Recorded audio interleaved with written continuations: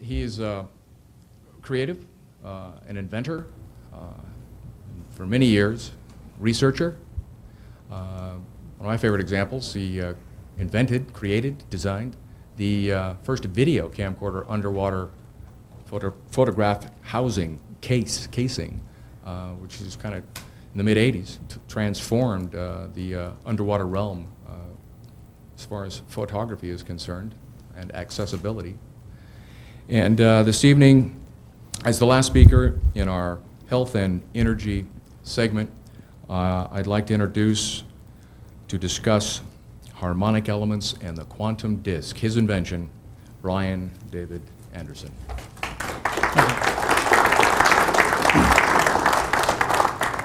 I'm sort of a floater. I don't like podiums very much.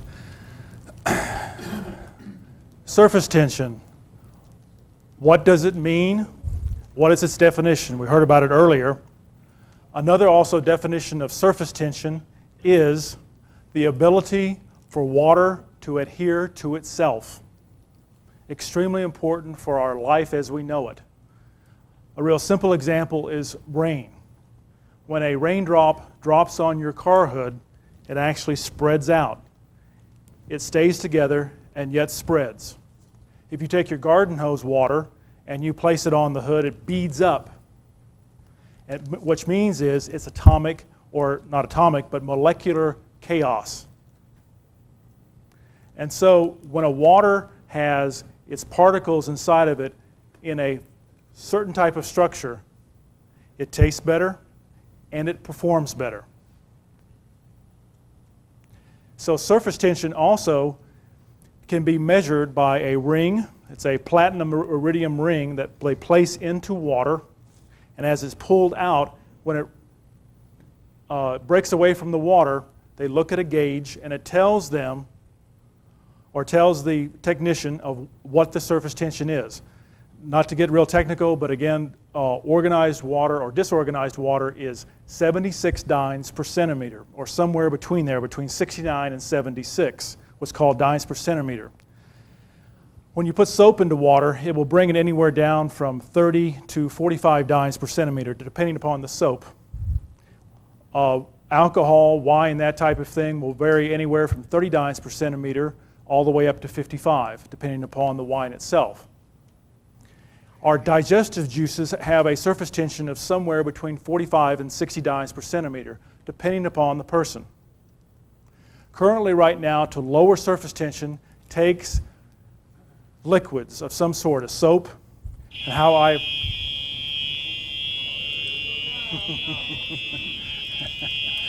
And Mercury is retrograde. Yes, it is. So what do? We leave or... Stop smoking.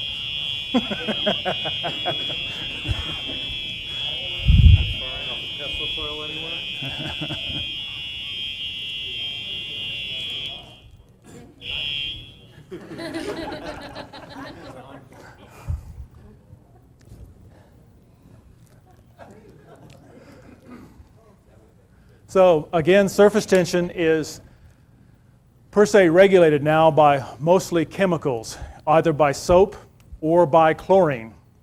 And I gave up drinking both of those a long time ago. And hopefully you have too.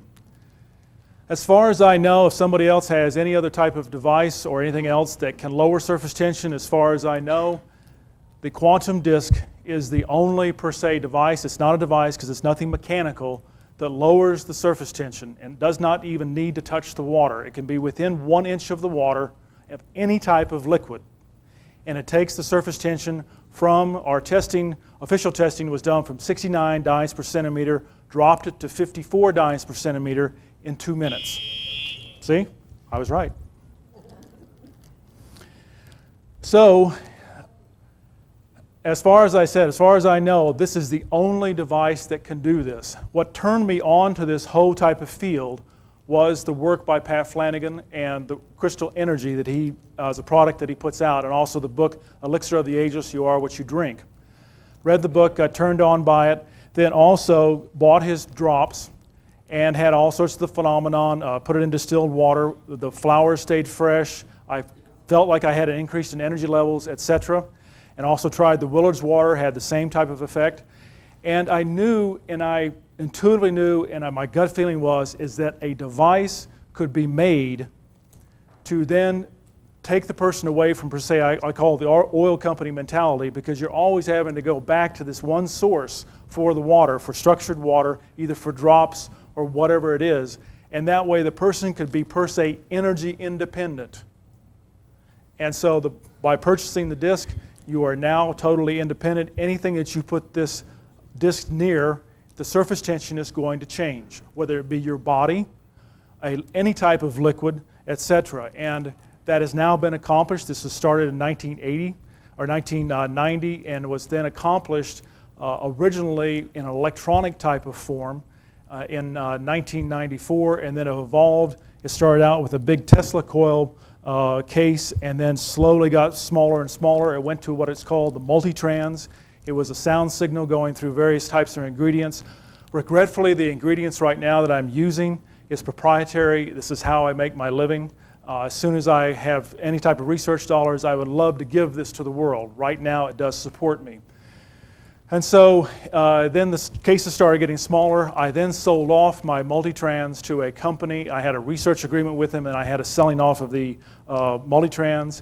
And then they did not come through on the research agreement. And we then broke company, but then they owned multitrans. And so actuality, it was one of the very best things that ever happened to me to go for, per se, the contract, etc. Because when I walked away from multitrans, I then had to do it all over again. And by doing so, that then was the foundations and the beginnings of the quantum disc. And the quantum disc at the beginnings was a all metal type of disc. For some of the persons, there may be some people here that have the old quantum disc that is metal. And then it went to a thin plastic, and now it's evolved into this. So what does also surface tension mean as far as when it comes to the cell of the body? Well, again, as we were saying before, is that when the particles within the molecule are disorganized, this is going to be low performance. It is also the underpinnings of pain. It is low energy. When the particles within the molecule of the cell are organized, it is now energy, vitality, and per se, good health, youth, vitality, etc. And so all I can give you is some testimonials from various people. Steve Finley of the San Diego Padres had a tendonitis of the elbow 2 seasons ago. He now plays for the Phoenix, or I guess the Arizona Diamondbacks. He used to play for the San Diego Padres. This was now going 2 seasons ago before they went to the World Series. He had tendonitis of the elbow, and it was just like a bullet wound, like somebody had shot him with a BB, and every time that he threw, it was excruciating pain. They tried everything possible. They even got an acupuncturist to come in from Japan to work with him. Nothing worked. And so he had his letter of retirement written, and on a Sunday, through various contacts that I have with Scripps Clinic, we got a disc to him. He put the disc directly on, taped it on with paper tape to the area, and then on Sunday it was put on. 8 days later on Monday he was playing. 10 days later he was playing in the All-Star game.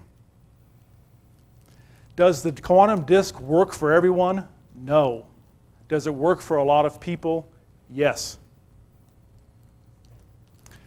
Another lady had back pain. She did not know what the source was, and so when you put the disc near any type of metal, the metal will take on the characteristics of the disc. There are many people that reduce their laundry detergent down to 1 or 2 teaspoons. It depends upon the water within the city. There are some people, though, as like myself, I use 1 or 2 teaspoons now in my detergent. What does soap do? It lowers surface tension. And so when you give a little bit of a boost, just all you need is 1 or 2 ounces of the soap. Then by simply placing this on the wash machine, which is all metal, the wash machine becomes an extension of the disc. So also then coming up with, we'll see some pictures here of the mylar disc. In fact, why don't we go ahead and go to the slides, Larry? What's that? Yeah, I've had reports from people up in Minnesota that have really hard water, and their dishwasher. He was asking about does it work on dishwashers? Yes, it does. At least I've had reports back on that. In Minnesota, they had really hard water, and the ring was forming around the dishwasher. And once they put the disc on, the ring disappeared. And they reduced their soap down to like minuscule. Just anywhere on the metal. And all you have to do is just touch it anywhere on the metal. Externally. And that's also one of the mind-blowing types of things also is to, I have people do for testing, and I have it in my brochure if people have already picked up the brochures, is you take the disc, first off, you pull various things out of your refrigerator. It doesn't matter what it can be. Milk does not really give you a zing on the taste, but ketchup, juices, beer, wine, doesn't matter what it is. Pull some of it out of the refrigerator, put it in various glasses, that type of thing, put it across the room, so that's your control. Then put your various jars back into the refrigerator, put the disc on top of the refrigerator for approximately 5 to 10 minutes, then pull back out and do a taste of what you put across the room to what was put into the refrigerator. And a lot of people can tell the difference in the taste. And again, what you have done is, again, lowered the surface tension of all your liquids. And again, when you're lowering your surface tension, that means is that your body is going to absorb that particular type of liquid or even solids, etc. It works on candies, chocolates, etc. It takes the bite out of it. Liquids are, it's not limited to liquids.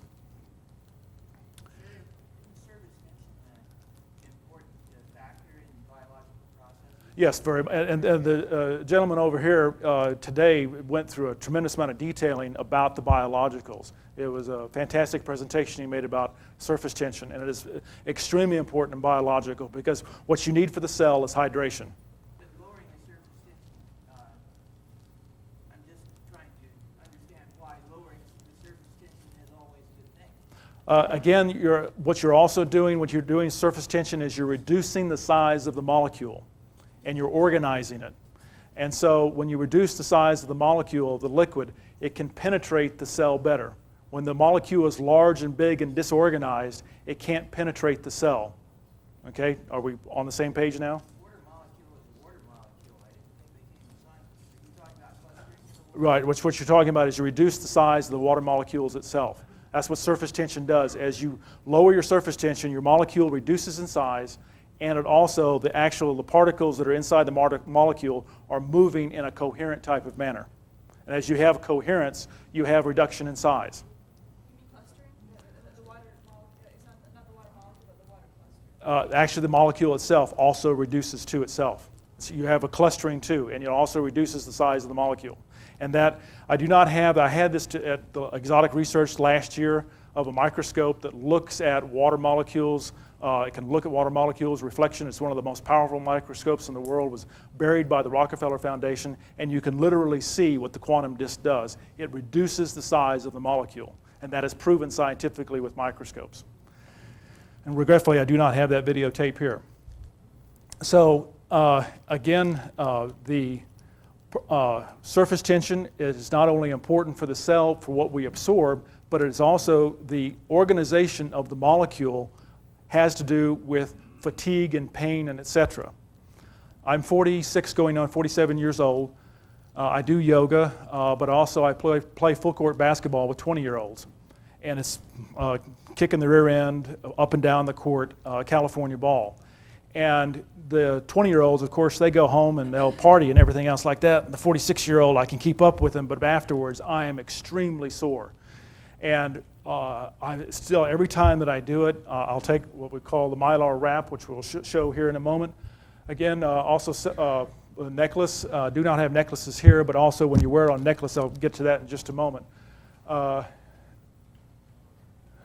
This is an official surface tension test that was done in Florida by James Aker, and this is the manager of the laboratory who observed the test. And again, we lowered the surface tension from 69 dynes per centimeter to 55 in approximately 2 minutes. And again, this is also an example of what surface tension does. On the left is a flower that was put in distilled water, not treated by the disc. And of course, distilled water is the very best or it's the very, very worst. depending upon the structure of the water. When distilled, you're basically removing all of the various types of minerals and elements out of it. Water wants to have structure. It needs structure, and when you take that structure out, when it goes into your body, it will leach the minerals to get that structuring. However, if it already has the structuring before it goes in, it's not going to leach. And this is a classic example of it. So we have on the left distilled water. The flour on the left was placed in distilled water, and the flour on the right was placed in distilled water that was treated with the disc, approximately 5 minutes. And as you can see, day 1, day 2, day 3, day 4. And this was observed by Cleve Baxter in his laboratory in San Diego. So there was, he's one of the most honest individuals in the world. So there's nothing that was really hanky-panky here or whatever. And many people have repeated this. Also with flowers that are almost on their way out and dead and dying, it will revive the dead flowers. And also, a friend of mine had a dead battery in an old watch, and it was real sentimental. And they thought, well, okay, they put the watch on the battery, or the battery on the disc, and the battery came back to life, and now it's still running. Again, it all has to do with how are the molecules organized. Are they disorganized? Or are they coherent? It's real simple, folks. It's not complicated. What's the theory behind it? The theory. Yeah. Why does it work? You mean as far as surface, you mean the disk itself? Yeah. Okay, we're going to get into that. Why? It all has to do with the table of elements, and we're going to get at it in just a moment. So this is also what is called the mylar wrap. Inside of here is placed mylar. It's a metal type of thin sheet, and so there's then cloth put on the outside and Velcro, and you can wrap it on the various parts of your body. And every time that I play basketball, I either wear the small wrap, and if I don't have a small wrap, then what I'll do is right after I'll play, I'll wrap it around or I'll put it down my spine, etc. And wonderful stuff. I'm ready to play the next day. And there's very few 46-year-olds that can do that. And it's basically a lot to do with the disc, and it also has to do with my yoga. I do lots of yoga. So, as you saw the necklace earlier, there's a man by the name of Mike Bergner. He is now a weightlifting coach at Mount Vista High School in San Diego. He is on my website as far as a testimonial letter. You can get in contact with him through the website. He was a football player for Notre Dame. In his senior year, he ripped his knee out, and then he went into the Marine Corps, kept injuring it. By the time he was 50 years old, they told him that he was a candidate for a knee replacement. He was taking anti-inflammatories twice a day for the inflammation in his knee and also the pain. He started simply wearing the disc as a medallion, and he has not taken any anti-inflammatories in 2 years. Had another person that had a metal implant into their arm and had excruciating pain because of the implant in the arm, because of the metal. It didn't work. I gave their money back to them. Another person had diabetes and had a lot of pain in the legs due to the diabetic condition. It didn't work. I gave their money back to them. Does it work for everyone? No.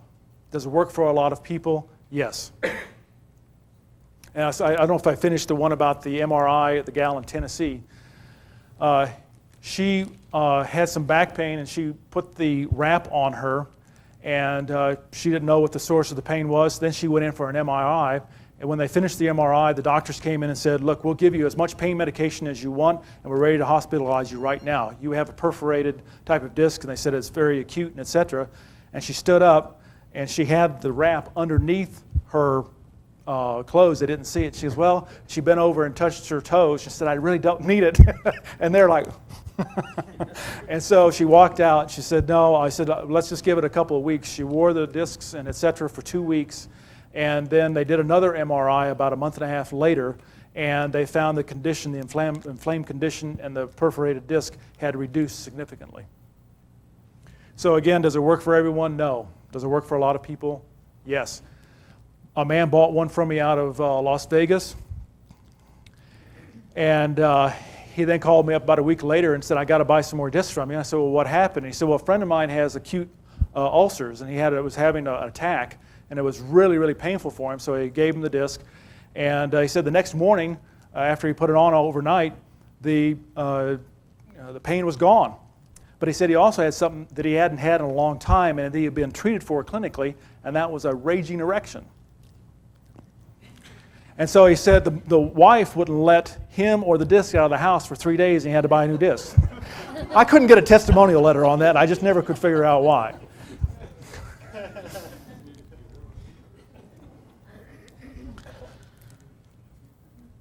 So the discs sell for $99 for 4 of them.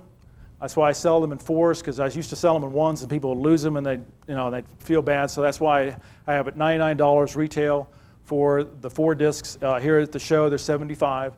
And with the Mylar wrap, it is $125 and it's $115 here at the show. What's the difference in the different colors? I did those possibly for people that are really into chakras, because it goes from the red to the purple. And we've had a lot of people, especially people that have been a lot into meditation, they really feel an opening in the third eye chakra. It really opens up, etc. So again, I give a 90-day money-back guarantee and a lifetime warranty. One at a time or all 4? You can do whatever you want. Like on certain times, if I ever tweak a knee or something playing ball, I'll put 2 of them on one side. It just really depends. I've had other acupuncturists use it in place of needles. They've used the discs and had tremendous results. So again, it's all basically in many ways an experiment. And it's never negative. What's that? Do they ever wear out? That's why I say I give a lifetime warranty. I figure about 25 years. And so I'll replace otherwise. Yes? I do have, I set up, as you saw a picture before, but I do not have any of those here. And it's set up in a medallion type of thing where you can wear it as a necklace. And I'm still, that's big bucks to pay this out. And so if not, what you can do is just drill a hole in it. It does not hurt it. And in fact, if you want to, you can cut these things up and it doesn't matter. You can cut them up in 1,000,000 pieces, and that one small piece is as big as is just as good as the disc itself.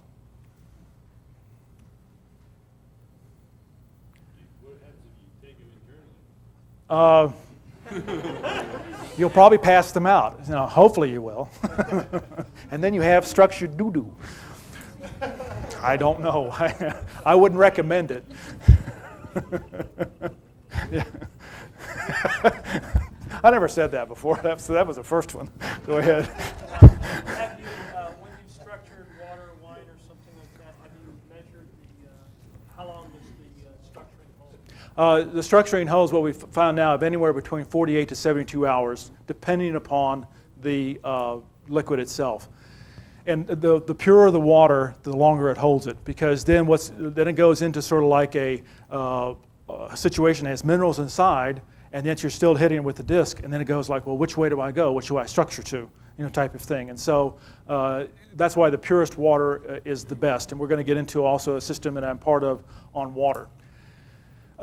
So any more questions? Yes? If you want to get one with the medallion, could you get that at some other time? Or? Some other time, or you can also go to a coin shop. That's all that is just a coin holder. And you go into a coin shop and they can provide it for you. If not, you can just go ahead and drill it in. Drill a hole into it, and it does not hurt it whatsoever. And in fact, when you drill through it, keep the little shavings, because the shavings are just as powerful as the disc itself. Sounds kind of strange, but that's the way it works. Yes? It's omnidirectional. There is no positive, there is no negative. There's no North Pole, South Pole, etc. It is omni. And so, again, what it is doing is the element of oxygen. And we'll go into the table of elements here and get into some X and O's here in just a moment. When you put it in the refrigerator, does the insulation or anything matter? No, as long as you have the metal, that's what matters, is the metal inside. Yes, back there. Does the amount of surface that contacts whatever you're trying to treat make a difference? As far as in the metal? Or what are you saying? Just like if you're putting it under glass.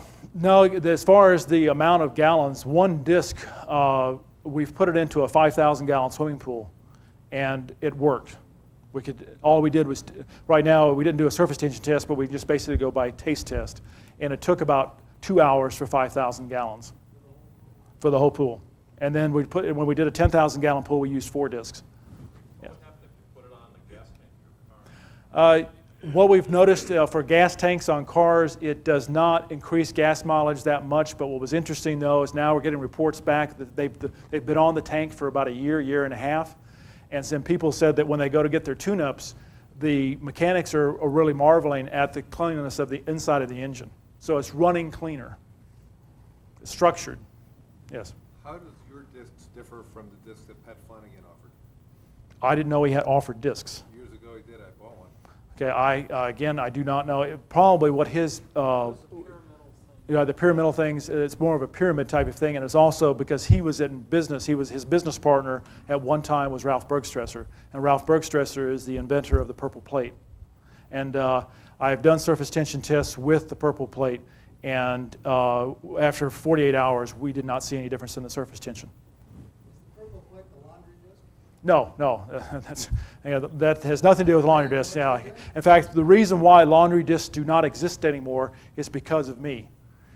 I started challenging the laundry disc people. In fact, there was one of the major laundry disc people out of Dallas put me on contract for a while, and I kept saying, you need to get surface tension tests. Here are my proof. Here's my surface tension tests. Where are yours? And so as soon as they started doing surface tension tests, they turned out absolutely flat. I mean, there was nothing. And so that basically then the word got out that the surface tension was flat, and the Attorney General of, I think it was either Oregon or Washington, shut them totally down because they had no scientific proof whatsoever. And that I've kind of laid low because the whole laundry disc business went under, and I'm not trying to associate at all the disc to laundry discs at all. And so to me, the major criteria of anything of structured water has to do with surface tension. That is to me the landmark where you know that you are doing something to the water, is surface tension. Yes? There's different groups selling clustered water, and the way they sell the small bottle, you mix it with Right, that's what Pat Flanagan was doing, and Willard's water is all the same thing. It's basically a silica additive type of thing. And what you're saying is that's the oil mentality, keep buying it. Keep buying it, right. And that was the whole motivation for me to get in this in the first place, is to provide people to be per se energy independent. Because now once you buy the discs, you don't need to go back to me, you don't have to go back to anybody. You would now have structured water as much as you want. And the only reason why the disc does not work is because you don't use it. Have you done any measuring or tests to see what the structure is that the disc does? There's the official surface tension test. This is a laboratory, a letter from a man out of VOC Labs. He observed James Aker, who is a certified laboratory technician out of Florida, and then they did an official laboratory test of surface tension on tap water, not distilled water, on tap water. Well, okay, now that's a test, but have you done any further testing to see what the water clustering arrangement is? Well, it was sort of interesting there is that when we started doing these surface tension tests, and we also did a mass spec test, a mass spectrometer test, and it was turned out to be VOC Labs, another laboratory also. And when we did the mass spec, they brought the disc, or they tested the water first, and they got all the spec for it. Then they brought the disc in, and they started treating the water with the disc, and it was within 5 feet of the mass spec device. They looked up on the mass spec device, and the numbers were rolling, and they were going like, what is this? You know, here's their numbers rolling. And so they had to fly a man out from California to recalibrate the whole thing. And then when they took the disc away, there was no problems. But then what we had to do is treat the water outside and away from the disc. And then they found that there was a change in the molecule. We then also, that intrigued them so much, is that they had another contact at Florida State University or Florida University, one of those universities, and they had a positron emission tomography test, and we had one of those run. It usually takes you 6 months to be in line for these and costs you big bucks, but they slid this thing under, and just because they were so intrigued by the mass spec test. And so they then said, yeah, they looked at the water before and afterwards, and it was a permanent change in the water molecule. The problem being is then we went back, and I was all excited, and I said, can we get this on videotape? We want to get all the documentation that we can on all of this. Well, they said, well, we need to go talk to our new owners, and the manager did, and he said he didn't know who the owner was. Well, the owner turned out to be Procter & Gamble, maker of soap, and as soon as they heard of the tests, they said, get the hell out of here. And we were lucky just to get the surface tension test. So your point is it changes the water molecule, not the clustering Well, when you change the water molecule, you're going to change the clustering also. You're going to change everything. Once you change the light particles inside of the molecule, you change everything. And you did this test on tap water. Do you have any sense for what it does for distilled water? That's what I said, is that the distilled is the very worst or the very best. Is that distilled, when untreated, and your surface tension is not proper, it's going to leach minerals from your body. However, when it's changed by the clustering water or whatever it is, or the disc, as long as you lower that surface tension, it is not going to leach the minerals. All it's going to do is just go in and hydrate. And we'll get into a water device that I'm part of here in just a moment. Yes? There is a new, I've been out about 3 or 4 years, from EM Technologies out of Tucson. You may be familiar with it. It's a little ceramic donut-shaped device. No, I'm not familiar with that. Among other things, I think it has a tourmaline, and then they used effective microorganisms and the enzymes from that, and somehow programmed that into the ceramic. It's complicated beyond me, certainly, but Again, what my always criteria is that if they claim that it changes water, then they need to get a surface tension test. And I've seen a lot of people up on the internet, they claim that they have this, that, and the other water. I send them an email and I said, I asked them, has there ever been a surface tension test done on your particular type of water? And if it has, what are the results? you can take the ceramic donut, a little device, and simply put it in a water, orange juice, whatever. See, the disc does not have to go in. All it has to be was within a proximity. It does not have to go in.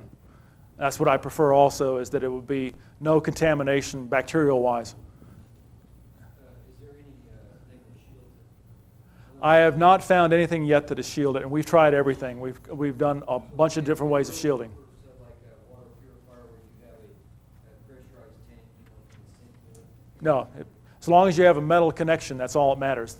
Just so it's metal, and it's going to follow the metal down. Yes? What's the distance, the range that it has? Probably about 4 or 5 inches.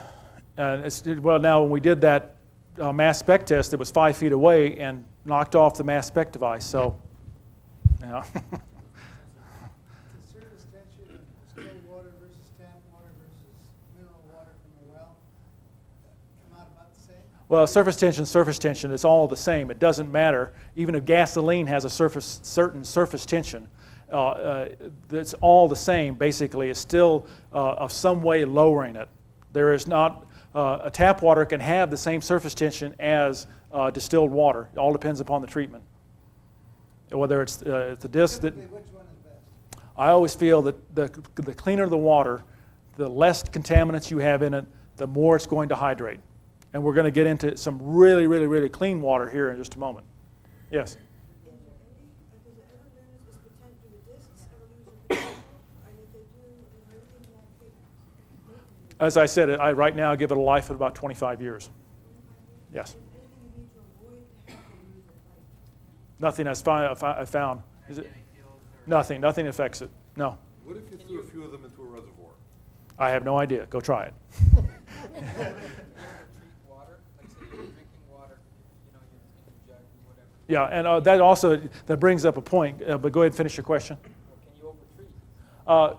No, you can't overtreat. There's no way of overtreating, but I do caution everybody that does buy a disc, keep it out of number 7 plastic.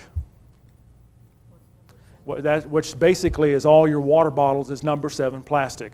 The New York Times had a major story on this even about like 6 months ago, and number 7 plastic degasses, and it's the formaldehyde that gets into the water. So when you lower that surface tension of your water, and it's now really super absorbable, it's also going to absorb that formaldehyde out of your plastic bottle. So I always recommend the best way to drink any type of water, any type of changed water. If you don't buy a disc, if you're doing Flanagan or doing anything, make it glass. Do not, or polycarbonate or glass. Yes?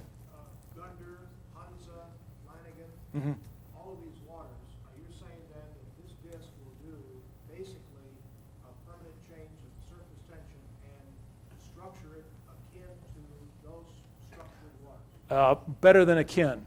Better. Better. Yeah. And you don't have to go back and buy their product all the time. Anybody else? Yeah, like if you put this on a refrigerator, I would say take it out and put it in glass. Or pop or anything? Yeah, I get away from the plastic. The number 7 plastic, it's the real thin stuff. It's mostly what your milk comes in and what's most of the bottled water comes in. Get it out of the plastic and get it in and get into glass. Is that the same as the 2-liter soda pop rest? Yeah, it's all the same thing. Is you want to get it out of the plastic, get it into glass. I always recommend glass. Yes. The what plastic? Yeah, well, it still is. Your polyethylene, that still will give some degassing. So I would either go to like a real thick juice one. The ones that come in juices.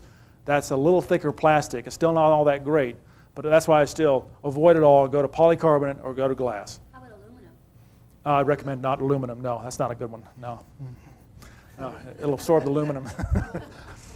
Yeah. How can we be sure it's working, and so how can we know if we need to collect on the warranty if it's not working? I couldn't understand the question. How can we be sure that it works so that we know when it's not working? So we can, Well, again, I always do the taste test, but again, realize that if you are a coffee drinker or a cigarette smoker, you are not going to be, your taste buds are not as sensitive.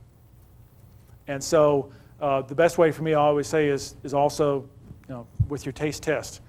If not, also take some ordinary water and put it overnight. A lot of people are reporting that they see bubbles in their water the next morning. They would, some testing, they'll put one across the room and it doesn't have the disc, and the other one is under the disc, and they'll see bubbles the next morning.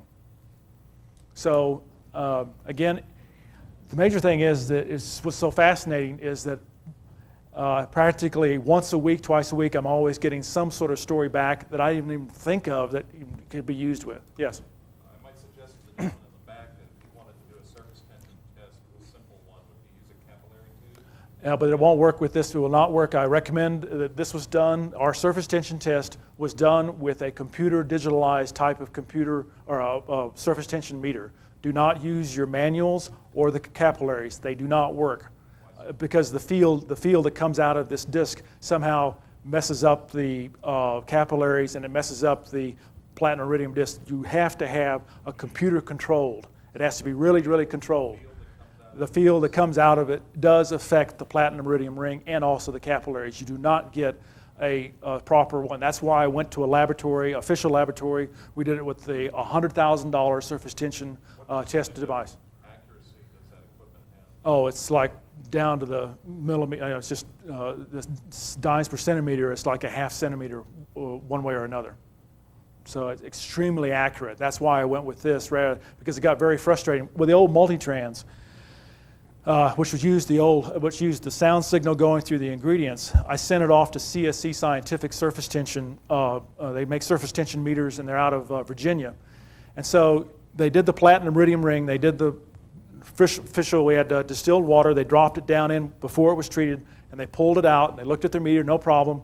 They went to go drop the ring down into the water when it was treated by the multitrans. And as the ring went down, it was on a hinge, and the ring repelled away from the water. It wouldn't go into the water. What kind of field does this take you out? So the gal calls me up on the phones going like, my ring won't go in the water. And so that's where we had to, what it was is that the whole levels and everything got knocked off by the water. And so you have to really control it severely. Yes. Take like a needle and cause it to submerge? Again, the needle test does not, for some reason, the field will keep it up. But when you use a really expensive and really good and mass spectrometers, et cetera, that's when it shows. Yes? Are you saying that there's no way that you can quantitatively check to see that the product is working unless you have access to $100,000? Essentially, that's what I'm saying, but also go by your test. Get ourselves and use ourselves. I would not recommend it. Basically, what you also go is with your taste. Is one of the best ways I feel. As we did that the other day. It would have to be a blind test. No, you don't have to go blind. No, trust yourself. You can do it. And we did some testing yesterday, or we did some changing of liquids yesterday, and everybody noticed the difference. People who buy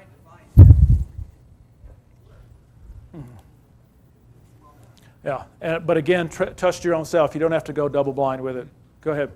What kind of field is it that you feel is Well, again, we're going to go into the mechanics here in the X's and O's. Okay, so as soon as we get in the X and O's, we'll get to that. Yes? I could swear I've noticed that there's a change in the meniscus of the water after it's been treated. Okay, why don't you define meniscus? Isn't the meniscus how it clings to the side? Right, okay, that's right. Okay, so yeah, it does change. People have noticed that change. Yeah, it Yeah. seems to flatten. To flatten it out, yes. So there's a way to. And also, if you need to, this is also another way, is to do it with your flowers. Do a flower test. So there's various ways that you can test. Plants will not lie. That's right. At least I haven't found one yet. What's that?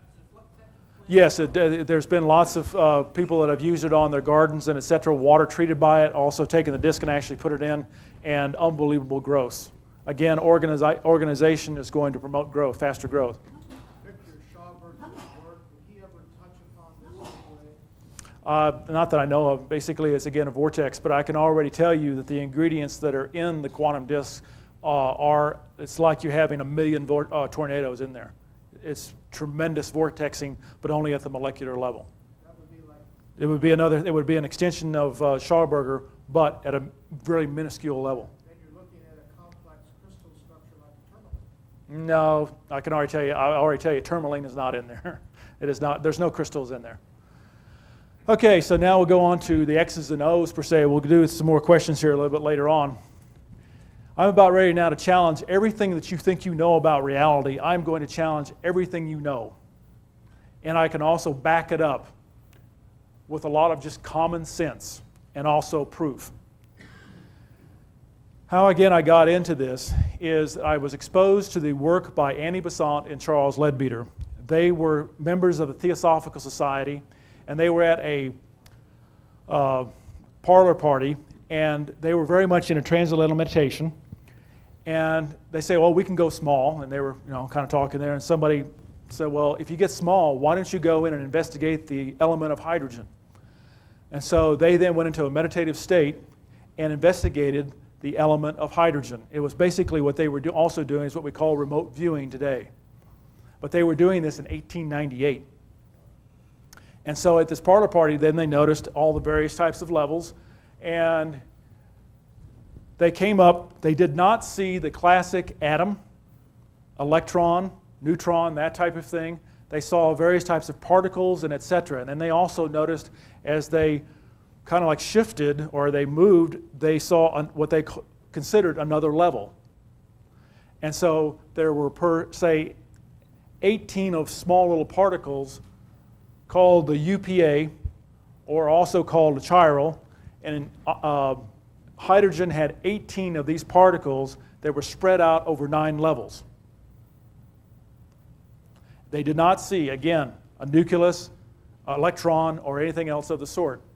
And so they started these meditation remote viewings in 1898. They finished them in 1933. During that time, they then, each time they went in and looked at practically all of the elements. And they identified many of the characteristics of the elements 40 years before they were identified by traditional science. And this is all documented. And so, the ultimate physical atom, there are so many, a number of physical atoms to every element. And there's 18 in hydrogen, and there's over 4,000 in uranium. Would that be similar to quarks? No. Again, they did not see quarks. Although there was a person, and we'll get into it, who was a physicist out of Britain that did an analysis of the Annie Besant, Charles Leadbeater work that was published in a book called Occult Chemistry. I highly recommend it. You can get through the Theosophical Society. And he basically, there were certain things that he did that discarded, which we'll get into in a moment. So again, as we see, the UPA numbers, hydrogen, helium, etc., are the various types of UPA particles. And what I feel the UPA particles actually are actually light particles. And so now they also saw 4 extra elements that are not in the normal table of elements known in chemistry today. According to Annie Besant and Charles Leadbeater, there are 96 basic elements. In traditional science today in chemistry, some people say there's 92, other people say there's 94. But according to their particular observations, they actually saw 100 objects, but 4 of those have now been identified as isotopes.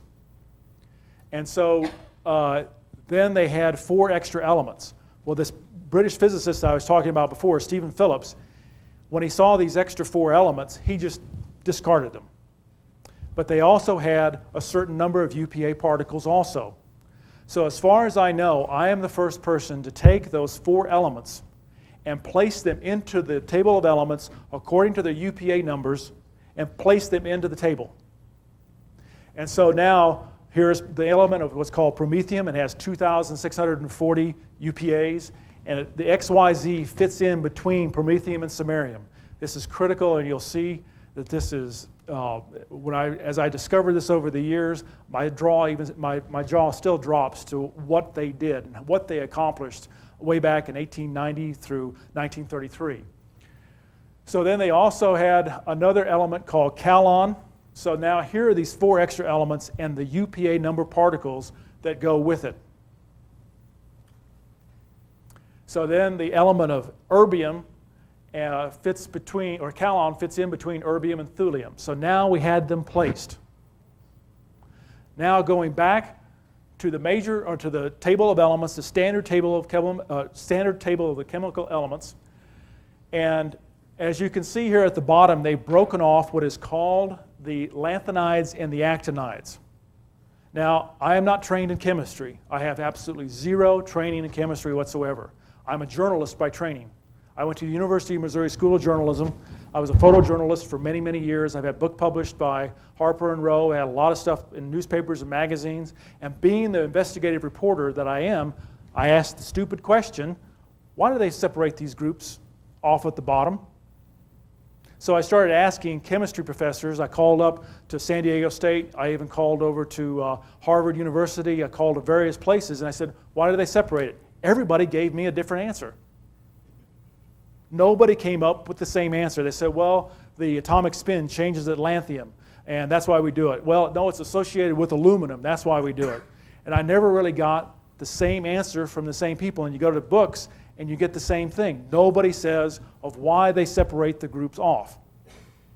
So I said, well, every one of these elements belong in a proper vertical group. So all those ones that are orange and yellow belong in the table in a proper vertical group. So let's put those 4 back in. What happens when we put those, or those table of elements there in the bottom, if we put them back into the, which makes then a 4th column? Waha, there's 4 holes. And what I call the big silent fudge factor, they don't teach this in chemistry class. Now, guess what fits in those 4 holes? Exactly, X, Y, Z, and calon fit right into those holes. They separated off from that. I know. I've heard all the explanations. We'll get to that afterwards, okay? So now, we have X, Y, Z in the center and calon, and now we have a symmetrical table. It is now making sense.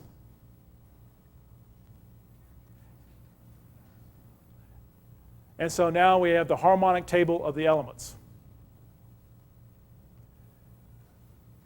The next step was to put this 96 elements on a sphere, taking it away from the square that doesn't make sense, has nothing to do with nature, and now we put it on a sphere.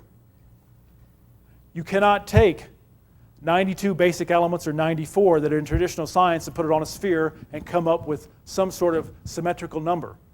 When you take 96 and divide it into 360 degrees, the elements drop every 3.75 degrees.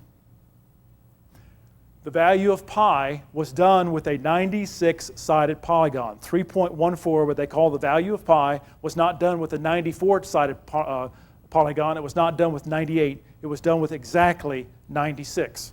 And as you increase the size of the polygon, that's when the 3.14 goes up to 5, 6, 7, and out.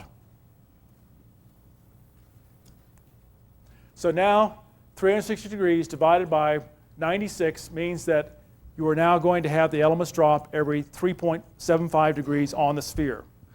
Watch the pattern there. Each element is either going to have a 0, 0 value, a 7, 5 value, a 5 value, or a 2, 5 value. Again, the rhythms of nature are extremely simple. We have made them complex with our mind.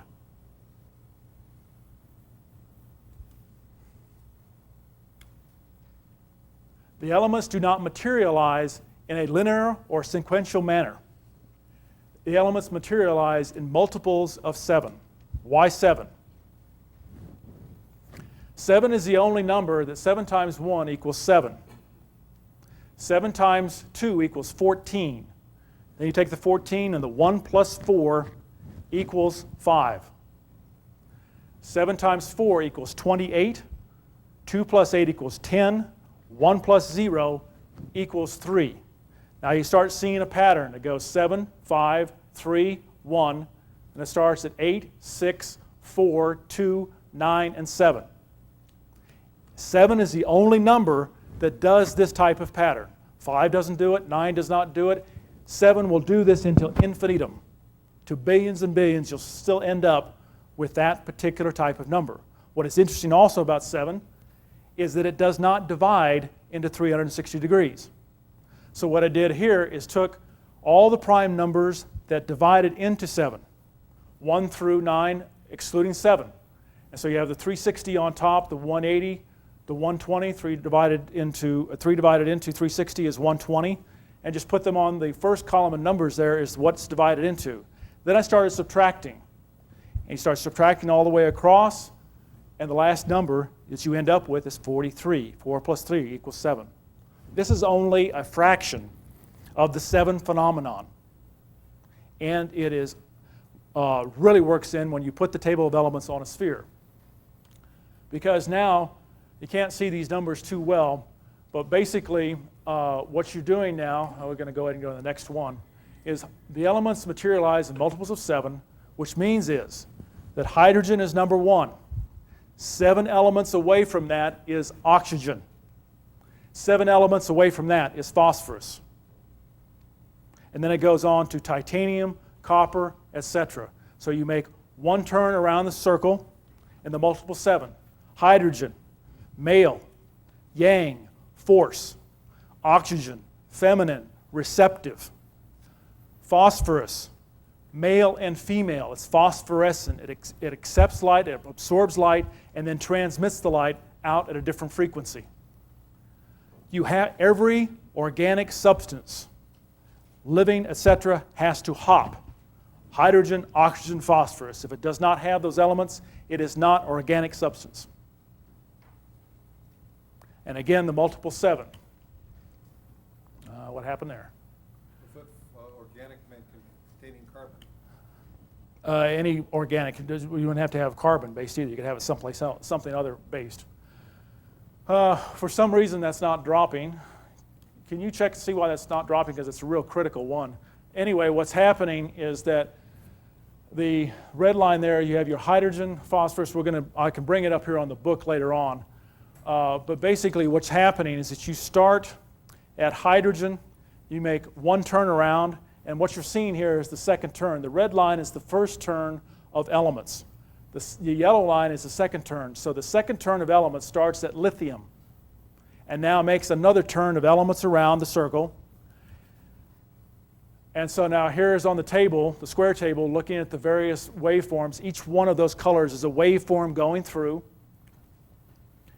And so I will illustrate this better in the book, is that once you start out at hydrogen 0, 0, and you move around the circle 7 times, the last element is radon. It's at 33.25 degrees. What you're doing here with this particular type of sequence is when you're going to multiples of 7, you start out at hydrogen, which is 0, 0 degrees, and then you go to oxygen, which is 2625 degrees. 2625 degrees from that is phosphorus, and you keep going around 2625 degrees around the sphere. So now the last element is radon at 3325, and then 2625 degrees after that is hydrogen, exactly where you started. Your alpha and your omega points are the same. So now you have symmetry. You have a starting point and a beginning point for the table of elements. And the square table and the way the traditional science is set up right now, it does not have that. There is, again, the way the quantum electron theory is that it excludes anything having to do with symmetry or placing it on a sphere or any type of alpha and omega point. And why don't we go now to the desk camera, Larry? Go ahead and turn off the slide projector.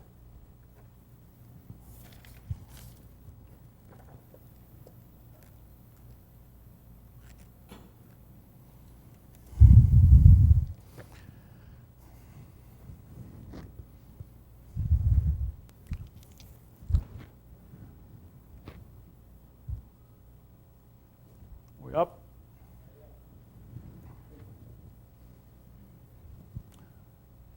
Not up yet? Is this on? So, based upon all of this study,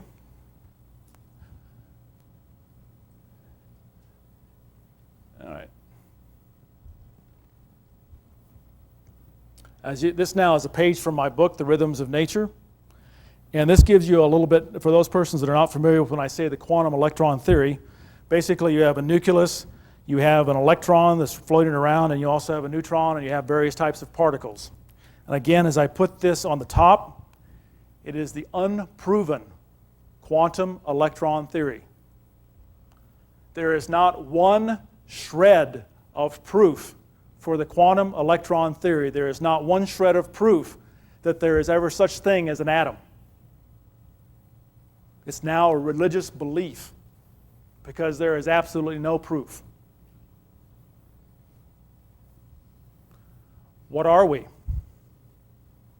If there are no atoms and no molecules, what are they? Do a test. You can do something to prove it to yourself. Take the elements of copper, silver, and gold. Start pounding them with a hammer. In about 48 hours, the copper turns green, the silver turns blue, the gold turns purple. Now, traditional science will say, well, that's oxidation. Gold does not mix with any element, including oxygen. So that purple color did not come from oxidation. What happened is the harmonic tones that are holding the light particles together have been stressed. And the element then starts to give off its light particles. Andy Besant and Charles Leadbeater looked at 9 different levels. They called them levels. In 1898, they didn't have any idea what a hologram was.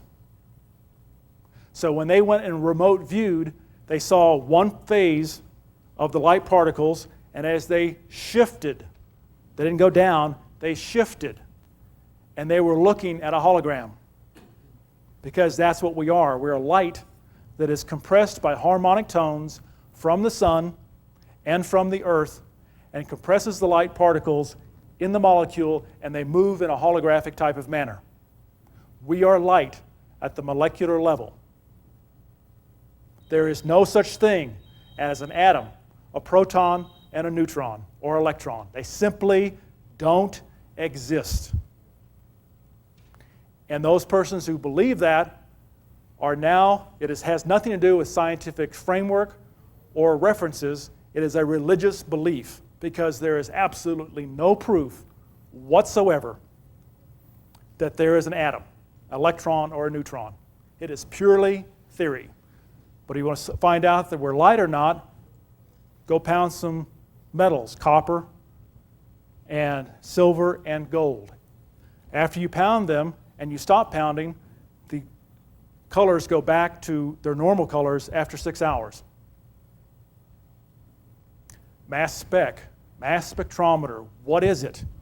They place an element or a substance in a contained area and give it with a vaporized heat. Treat it to a vaporized heat. What's the heat doing? It is negating the harmonic tones, holding the hologram together. As that occurs, then the light escapes, and that is how you identify an element is by a color spectrum. And the reason being is because the harmonic tones have been negated, that is holding the hologram together, and the light particles escape.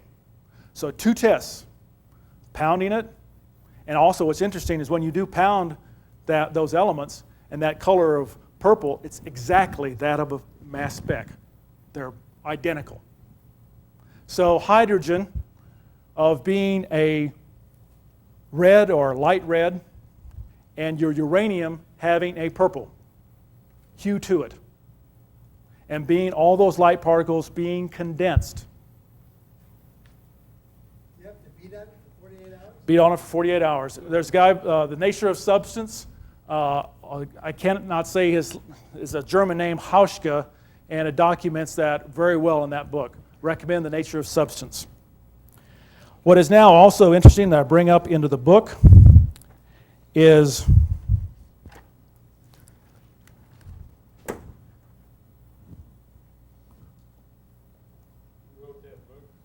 yes, I did. Okay, so now we are looking at, you can't see it too well there, but we're looking at Group VA, or Group 5A, in the table of elements in chemistry. You have in this group the elements of nitrogen, phosphorus, arsenic, antimony, dysphosphorum, and bismuth. When you take antimony and bismuth and you mix them together and you heat them, an electric current is created. This has mystified alchemists and chemists for years. What's going on? Where is the electric current coming from in bismuth and in antimony when you mix it together? What I contend is that the table of elements, as we know them, are a compilation of tones. Nitrogen has one harmonic tone and one set of colors. Phosphorus is a combination of nitrogen and phosphorus. So you do not get phosphorus until you have both the elements or the light particles of phosphorus and the harmonic tones of phosphorus. And also nitrogen. So it's now a compilation of 2. Your arsenic is 3. The antimony is 4, and it goes all the way up to bismuth of 5. So now where does the electric current come from? What I feel is happening is when the bismuth and the antimony are mixed together and heated, the nitrogen is no longer a chemical element as we know it. The chemical elements of the light particles are traveling below 186,000 miles per second. Above the speed of light, as we know, is a tachyon, which moves together into kind of like a caduceus coil. It's not a tachyon. It is suspended between the chemical element state and a tachyon, and it's really high energy. Electricity is the primary gases that are not in a tachyon state, nor are they in a chemical element state. The Earth's atmosphere is made up of 75% nitrogen. There are certain types of harmonic tones coming from the sun with vortexing. That vortex of energy then would have a certain type of ion field which is created by a cloud.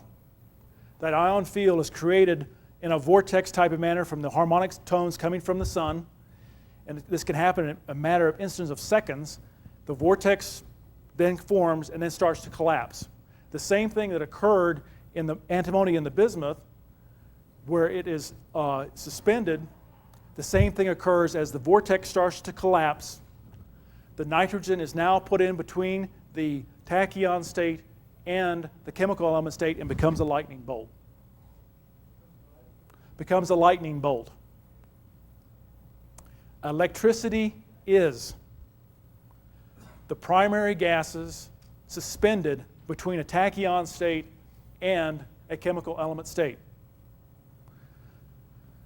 We also have, like in Texas, they have a thing called, around the world, ball lightning. But it only occurs at within 100 feet of the earth. And that's basically where it's a huge ball of lightning, which I feel is then oxygen. Because it's this real structured, oxygen is very structured, it's again suspended between this tachyon state and the chemical element state.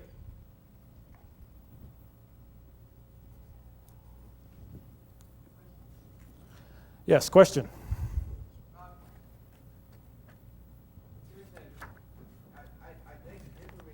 Okay, well, why don't we do it afterwards then? Let's go ahead and okay, go ahead and we can talk about that later, okay? Well, you're stating that the mountain of evidence is a matter of religious belief, and the pseudoscience that you're pushing on people is true. Well, what I was... The religious fanatic here. Right. I totally 100% agree, but at the same time, though, give you time at the end of it to go ahead and disagree, okay? Okay. This also, again, I don't have it in my book as far as color. If we go ahead and go back to the camera on the projector here, Larry, go projector.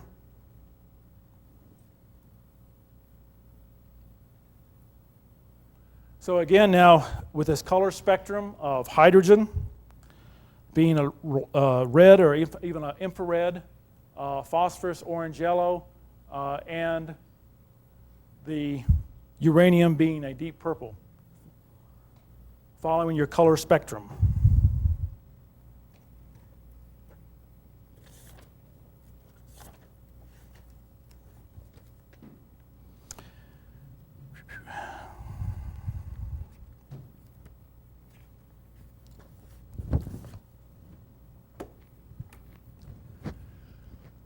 Also now, we have here,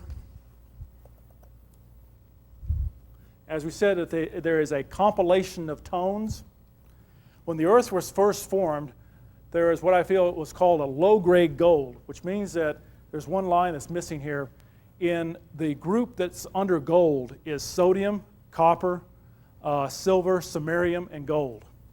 So when the Earth was first formed, there was a per se low-grade gold form of gold. I need a drink.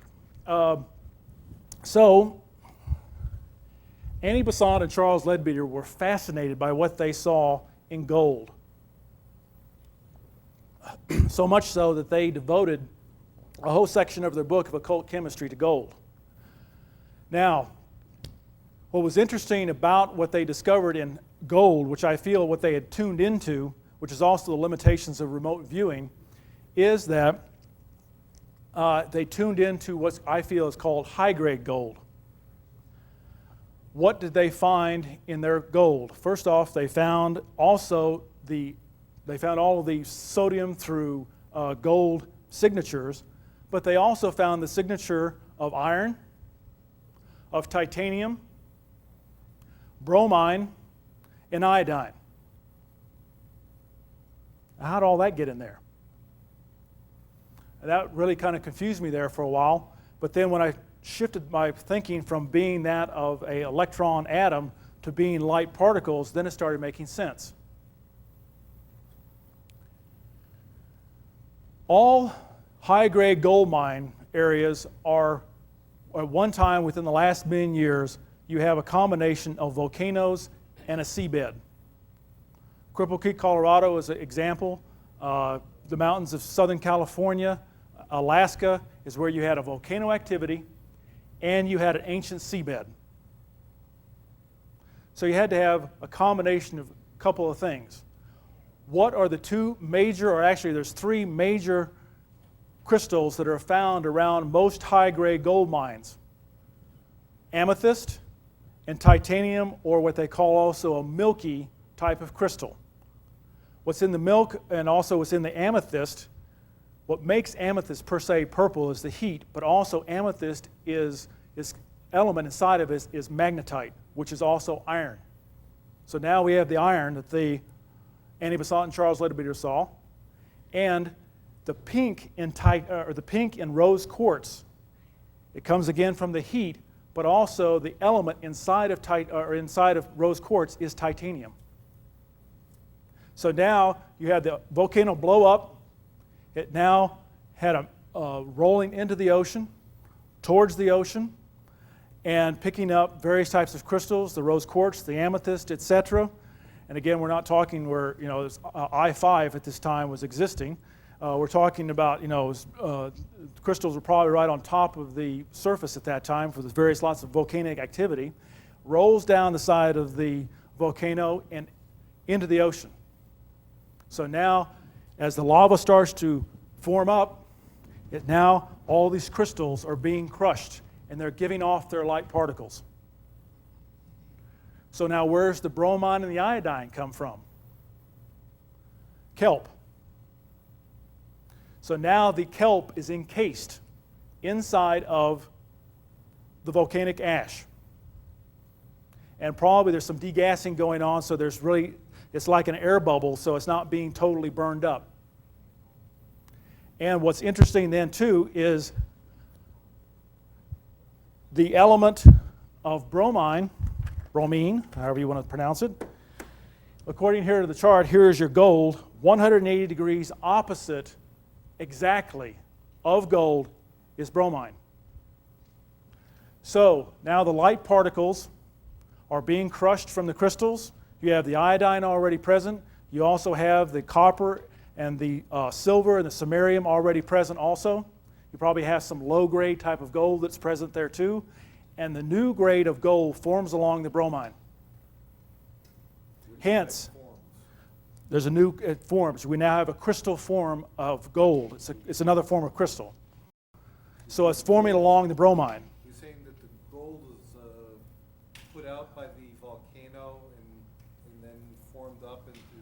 And again, it was giving off the light particles, and the new gold started to form along the bromine, which is in the kelp. Well, where did the gold come from? It is now, there was no gold, it was low-grade gold, but now we're talking about a high-grade gold. And the light particles given off by the crystals of titanium in the rose quartz and in the amethyst, where now the light particles are being collected and started to form on the molecules. The molecules started to form together along the bromine. And so hence, why do gold mine fields, they have all these random patterns that don't make any sense at all. What they're doing is just following the kelp. You have nuggets, and your kelp has nodules on it, and those nodules can get as big as your fist in Alaska. The farther north you go and the colder water you get, the bigger the nodules are in kelp, and the bigger, hence, the nuggets. Would it make more sense for the gold to have been in the magma being excreted by the volcano? That would be consistent with a lot of the other theory that's around. Now, again, Discover Magazine, which we'll get into here in just a moment, also kind of backs up what I'm saying. So basically what you need, what I feel for high-grade gold, is you have to have two ingredients. You have to have a volcano and you have to have a seabed.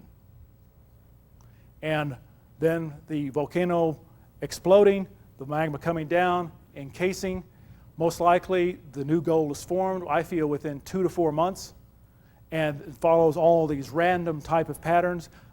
Just so happened I was in a gold mine 2 days ago in California, and you look at the veins, and the veins have this swirl to them, just as if it was the ash and etc., or the plume was turning and churning. In fact, what they call as a star pattern in gold mines is because it has this random pattern, but it's like churned, which would follow as the lava came down, hit it, and churned it. So again, this is somewhat per se of a proof, etc., or indications, not proof, but it's indication again that we are light at the molecular level and that the Earth is constantly regenerating itself, and that in the beginnings there was probably simple elements, but volcanoes then and the activity make more complex type of elements. There are simple elements and there's more of a complex or high-grade type of elements. Is that because of the stream heat? I feel that the heat has something to do with it. I feel it's because the molten lava will cool within 3 or 4 weeks after it's already down. It's cooled. So the heat has something to do with it, but not as much as the pressure. The pressure is on those crystals to give up those light particles, and then those light particles then form the new gold along the bromine inside of the kelp. So also,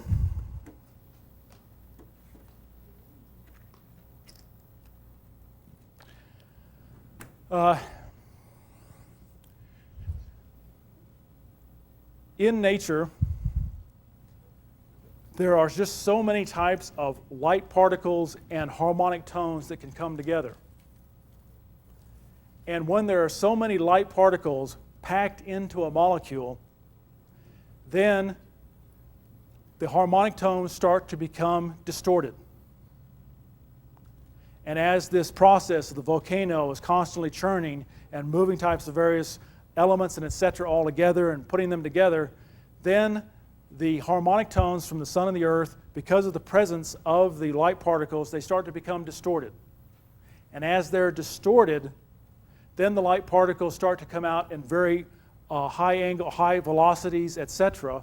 And this is basically also the foundation of radioactive. What does a Geiger counter do?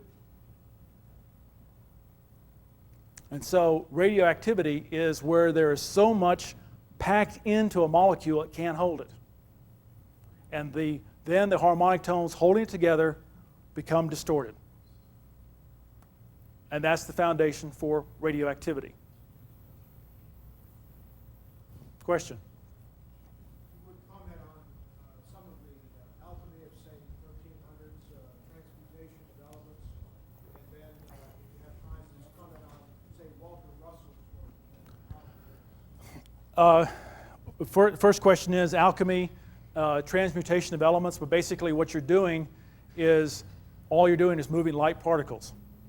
And light particles will not transmute or move unless it is some sort of geometric type of angle. These are now what is known as trines and oppositions, etc. in geometry. A particular type of element will not transmute into what is called a square, into a 90-degree angle, but also into what is known as a conjunction, an element close to it, or an element that is within 120 degrees, 60 degrees, what is known as complementary. So transmutation is, yes, very possible, highly, highly possible, highly probable. It takes place all the time, but it only will happen under geometric types of conditions. And it will not happen under other certain types of geometric conditions.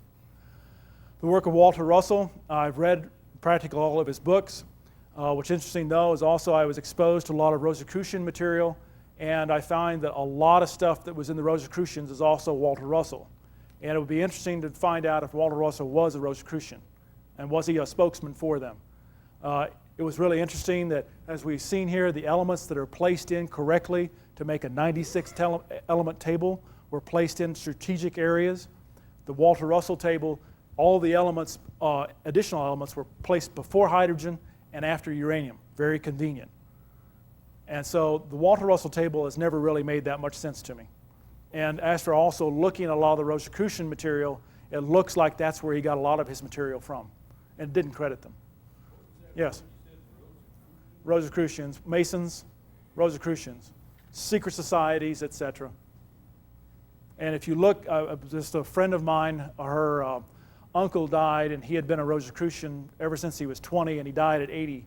And he had all of their papers, and they're supposed to go back. So we broke open the box and looked at everything. See? That's what happened.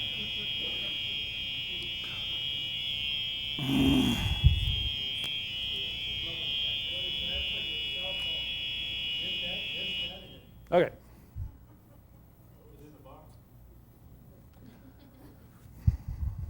have a question for you. Have you studied any of Marco Rodin's material? Yes, I know Mark. I knew Mark when he first started that up, and to this day, when he first showed it to me, to this day, I don't understand it. So, But you do have some of his work kind of added. yeah, somewhat to a certain degree. His name, a guy by the name of Mark Rodin. He's out of San Diego originally. I met him approximately 8 years ago when he first came up with his tables, or I don't even know what it's really called. I still don't understand it. Go ahead. The only thing was called the golden angle or the golden mean, and I'd never. Okay, I'm not familiar with that. The only thing that I again come up with is that, remember, the elements drop at 3.75 degrees. You can also add that to hertz. Start at 3.75 hertz. Start doubling them and double that number. And what I feel is that there is an area called background noise, and that occurs anywhere between 1,000 hertz up to 5,000 hertz. So that's be about 1920 hertz to approximately 3,600 to, I think it's 600 or 6,000 hertz. And they consider that being background noise. I feel that's not background noise. What it is that's where we're manifested at in that range. It's between 1920 hertz, double that, that's 380, 340, something like 384 hertz. And that's our range. That's our dimension. Now, if we shifted it up and we went to a higher rate, that could be another dimension. So it could be multitudes of dimensions of our particular harmonic range starts at 1920 hertz. And then double that, that's now 3840. And that's our range. Divide 96 into that, and the elements drop every 20 hertz. And so that's our range, per se. And then another dimension could have another range. Yes? Have you done any correlated work with the area called cymatics? No. That's a new one. No. It's the concepts of sound and form. I've seen some of the videos on that, but I've never really connected it with this, no. So,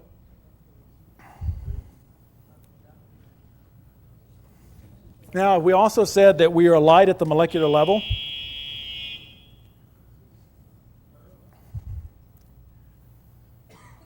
And we also said the top three elements were hydrogen, oxygen, and phosphorus.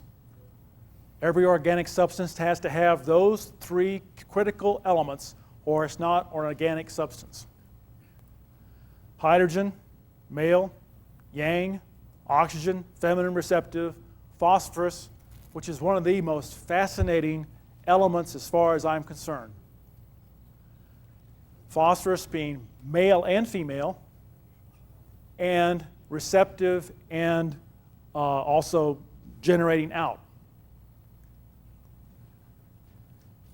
The DNA helix that we always see pictures of the winding coil, 99.5% of the DNA helix is made of phosphorus.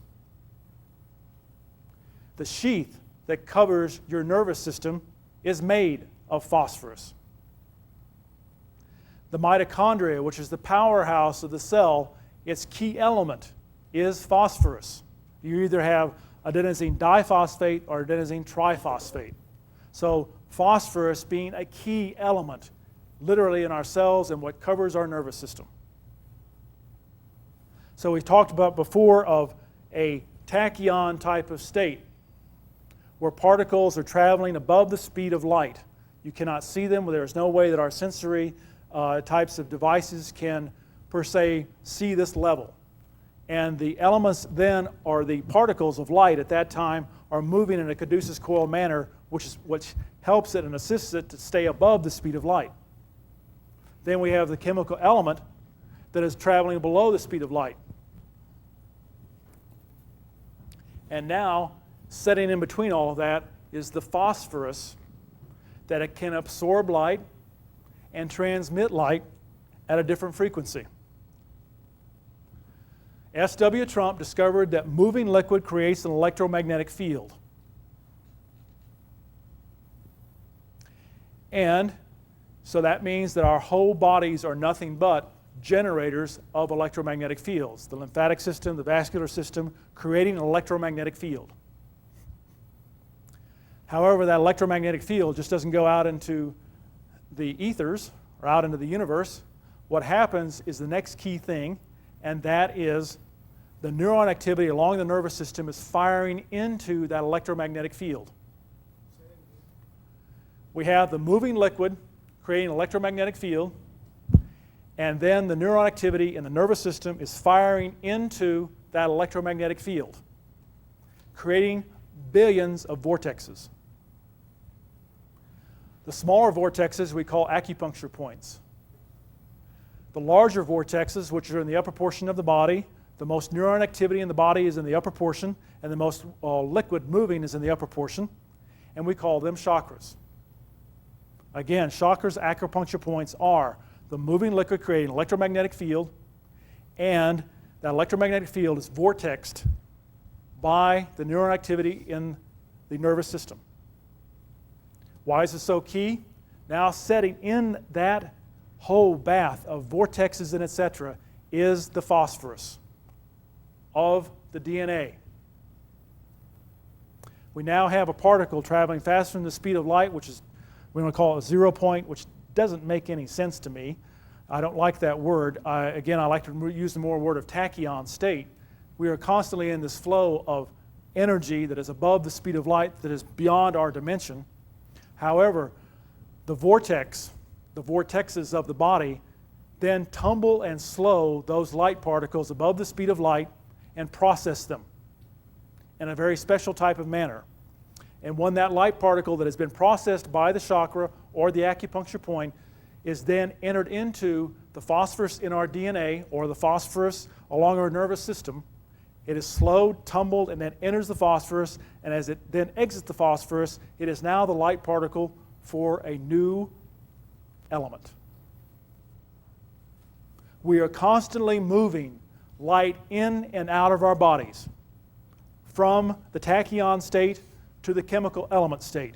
Reverse the process. Now the chemical element state is now pushed through by the nitrogen into the phosphorus, and now it becomes a tachyon particle. It is now sent out by the vortexing, by the chakras and by the acupuncture points. That particle that leaves you is holographic. It has all the information about you. And it can be picked up by another life form, organic, that also has phosphorus in it too, which is plants and animals, etc. The animals have 96 chromosomes. We humans have 92. We have 48 chromosomes. They have 48. We have 46, which means that there's 96 strands of DNA material in animals. There's 92 in us. What animals? All animals, all life, all animals have 96 or 48 chromosomes. Oh, they don't. As far as the last research I knew is they had 48 chromosomes. All animals do. We humans have 92. That is the last time I looked, last time I researched. And so their whole array is now on automatic mode. We don't get as much information as they do. Because their whole array of 96 is there, they're working, we want to call it instinct. A mother raccoon that has had no mother whatsoever when having a child can immediately go into a mothering mode, is because there is so much information that they are receiving, but it's automatic. We are at 92 and we don't have that same type of information. So the old adage, less is more. We have more freedom. We're not on the automatic mode. So we're constantly moving energy and light from our cells through our phosphorus and out into a tachyon state. And I told you I was going to shake your reality. But think about the logic. Logically, the adrenal gland somehow can produce a tremendous amount of chemistry immediately. And if it had those chemical elements sitting in there all the time, you'd poison yourself. So basically, what the phosphorus, the chakra system allows is that when there is a stress of any sort, immediate chemical elements can be made. Also, when someone is shot, you have a trauma, you automatically go into dry mouth and shock. Where does that liquid go to? When you're in some sort of shot or your car accident and you go into shock, and you literally have a dry mouth immediately. Where does the liquids go? And I've asked this to a lot of MD emergency doctors. I said, well, here we are in trauma, and we have to fluid resuscitate. Where does that liquid go to? Oh, well, they said the adrenaline glands absorb it, or the adrenaline absorbs it. And I said, well, that means you'd have to bloat then, rather than disappear. It didn't make any sense. Basically, what is happening then is that the cell is moving out. That liquid around the cells, same thing as when a jet plane is in trouble, what does he want to do? He wants to dump his fuel. And the same thing, the body wants to dump its fuel during a trauma. So all the unnecessary liquids are turned into a tachyon state immediately. And then, hence, we go into what's called shock. And we need to be fluid resuscitation. We need to be resuscitated by fluids.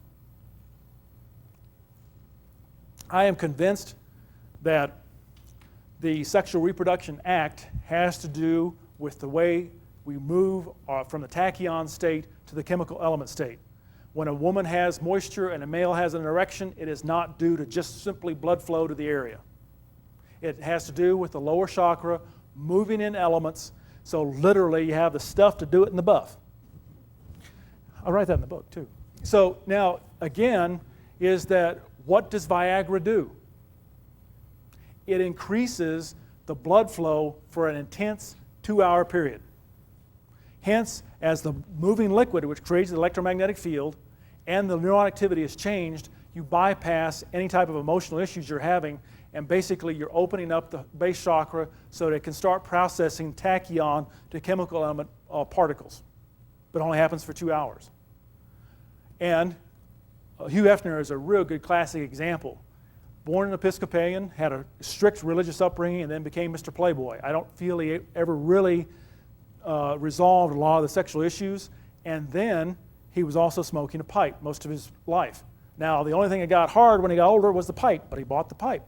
So what happened there is that basically the chakra was shutting down because of the cigarette smoke and the unresolved emotional issues, the issues in our tissues.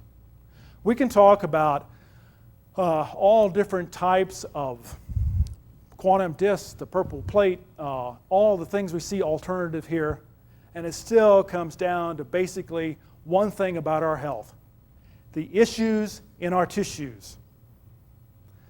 Our biography is our biology, or reverse. Our biology is our biography, whichever way you want to state it, is that when you have a stress of some sort, that is going to change the way the water flows through the body. That's going to change the chakra. It's going to change how you move liquid through your body. Let's say now another person has a lower chakra problem. They're taking Viagra, but they also have a heart chakra problem. They don't nurture themselves. They don't even know the word nurturing. It's beyond their vocabulary. They've never even done it. They can't even spell it, which a lot of people do. Hence, they take the Viagra. What happens? There's a whole influx of new particles into the heart, and the heart goes into cardiac arrest. And there have been numerous people die of taking Viagra within an hour's period of time because they most likely have a double chakra blockage. The issues in our tissues. Whatever you drink, whatever you feel, whatever you think is going to affect the way that your liquid moves throughout your body and how your neuron activity is firing. And that is hence going to affect the way your chakras are formed and the way you process the tachyon state to the chemical state and back and forth. Everybody here see the movie Contact? In the movie Contact, messages come down from a extraterrestrial source, and they make this big machine so that Jodie Foster can supposedly blast off in space. When they fired it up, she experienced going through a vortex. Same vortex is very familiar with people that have near-death experiences.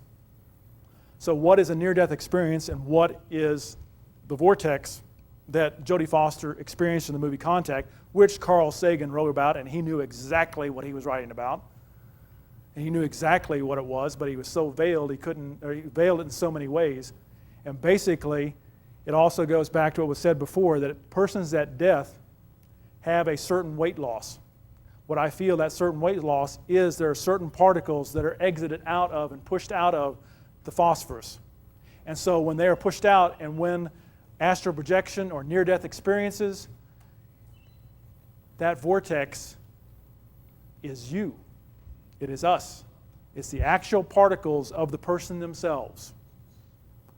Our particles are now, our light particles are vortexing to a different dimension. The vortex is us. The same thing also in astral projection. When they see the vortex, it's our particles.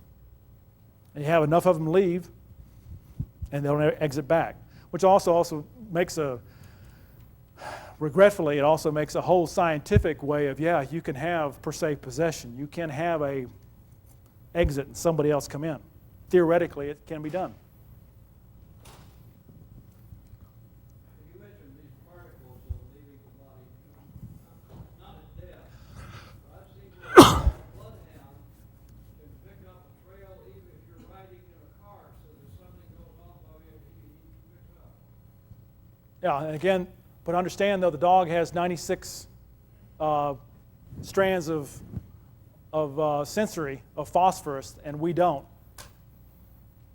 So it has a far more keener sense, not just smell, but its whole sensory apparatus is quite different from ours. Okay, moving on here. Let's go back to the slide projector, Larry. Yeah. Magnesium chloride, any correlation with phosphorus? In my book, if people also have read, I'll answer the question there. In this issue of Exotic Research, I have an article written on the harmonic elements. And in my book, I have a medical doctor who responded to the article and answers somewhat of your questions. He then was a nutritionist and looked at the way that the body reacts in the various elements, and he found a tremendous correlation geometry-wise to the chart here, and it's in the book. So I wish I could, that's the best way to answer it. Okay, we up on slides, Larry? Larry, are you there? I'll get it. I thought you wanted the... Slides, the slide projector. You thought you used all your slides. Oh, you already put it down? Yeah. Oh. The slide projector is already broke down? Okay, well, I just have to describe this. I'm also now part of a project. I'm part of a project, and I'm just going to show you pictures of this. A person was, actually it was two persons put on as a team to make pure water for General Atomics. They needed pure water for nuclear power plants. They accomplished this pure water type of project, but it didn't give the flow rates for what they needed. And so the person then asked, well, can we patent this ourselves? And they turned over the patent rights to John Petrick. And so then he started working with it and a little bit perfecting it better and better. And basically what this thing works on, I don't even have where I can maybe draw it.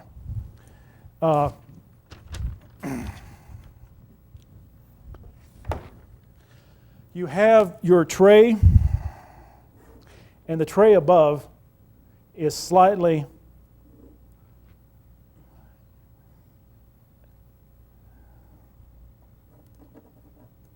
not a good pin. So here's the bottom tray, and the other tray is slightly, what does it say, convexed up or concave, convexed, and it's slightly where the water, at the bottom you have your contaminated water. The heat is then 110 degrees, below 110 degrees. The water then condenses on the roof of the next tray and then dribbles off. It's basically duplicating what nature does. And by doing so, you leave all of the contaminant behind. We just recently had tests done of water put through this unit, and salt water has 37,000 parts per million of sodium. The laboratory that we took it to was one of the top in Southern California for water testing, and their sensors would go to 1 parts per million. That was the lowest that they could detect. They didn't detect any sodium in the purified water. The water that's produced by this particular type of system has less than 1 parts per million contaminant. It's the purest water on the planet. We have a system now that can do 5 gallons a day for the home, and it can run on a car battery. You can put anything into it, urine, salt water. It doesn't matter what the source is, and you get pure water. And it also has a UV filter to knock out the bacteria, but basically it's the purest water on the planet. And then there's also another system that we have that's related to this that can go 100 gallons a day, and we also can do 75 million gallons a day. 50 boxcars put end to end together would make about 75 million gallons a day. What's interesting about this also, it would be cogen. There would be a gas turbine engine run by gas, and the steam that comes off of that engine runs the water system. And then you put a generator on the shaft of this gas turbine and start generating electricity. Now in California, they are forced to buy electricity. Once you get up to a certain rate of electricity, they have to buy it. So what you're doing is selling off the electricity. For what you get paid for that, it pays for the water. The water's free. So I presented the same thing last year. Regretfully, we now had our test done and et cetera. I had just been made the project director of this particular system last year. We now have a lot of our testings done. We went to the city of San Diego, to the Metropolitan Water District of Southern California, and to the County Water Authority, and we said, "Are you interested in free water?" And we're like, you could literally watch the things fry in their head, like, what? No, free water, you know, and then we're so much in Southern California so dependent on water. There is absolutely no reason why today that there should be any water shortages anywhere. We have the technology. It is cost effective to make all the pure water you want. And again, the home system can do 5 gallons a day. You can put anything into it, and you can run it on a car battery. But it's going to take $15 million to start up a production line. And that's what we're also right now is in the throes of getting our money together for the project. And the 100-gallon-a-day system is ready to go. We're ready to do it right now. And the municipal system is going to take about another year. There's no more, per se, research and development. It's just a matter of perfection, per se. So what's also is that the water that comes out, the reason why I got involved in the project is because the quantum disk changes the surface tension. So now you have water that is less than 1 parts per million contaminant, and it has a surface tension of 55 dynes per centimeter. You cannot get any better water in the world anywhere. No place. And we've got the system. The technology is here. And I ask all of you on your next meditation, your next prayer, is to send some energy towards the quantum purifier. We are now in our throes of putting things together for this project. So again, moving light in and out of our bodies. I wish we had our slides here. I'm sorry, they're broke down because there's one more slide that I wanted to do. There was a person by the name of, I'm starting to go blank here. It's time for wine and cheese, I guess. Samuel West, and he came up with the idea that in the cell of the body there is a potassium-sodium pump. And when the potassium-sodium pump of the body goes haywire, the cell then goes to dominant sodium. So your cell right now had this potassium-sodium pump that's pumping into it, and now it goes to where it's sodium dominated. Well, what does sodium do? It attracts water. And attracts water from the vascular system and starts putting water around the cell. And as the water comes around the cell and is held there and not put in the lymphatic system, those cells that start to cluster together, then if they cluster together in your brain, we call it Alzheimer's. If they cluster together in your pancreas, we call it diabetes. If those cells that are deprived of oxygen in a sodium state and they come together in your heart, we call it heart disease. If it's in your subcutaneous tissues, we call it Kaposi. If it's in your lungs, we call it pneumonia. Every disease known to mankind is due to the cell going haywire at the potassium-sodium pump level and water being retained around the cell. And so the key thing is now is to get the water from around the cell and get it into the lymphatic system or out. And this is the whole contention of Samuel West, is to flush the water from around the cells into the lymphatic system. What I'm here to say today also is another way to do that, and that is to take the chemical elements that are that water around the cells, and the phosphorus can then move literally those light particles out into a tachyon state. And that's what's happening in the trauma and the various types of things the body does, is that it's moving liquid out through the phosphorus. You're literally drying your cell out. What's interesting again is we said about phosphorus. Now the next element down on the standard table of elements is arsenic. What does arsenic do? It dries the cell out. So basically what's happening,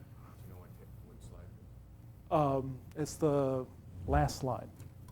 If you know what it is, you can visualize it. It's one of the beauties of this new visualizer.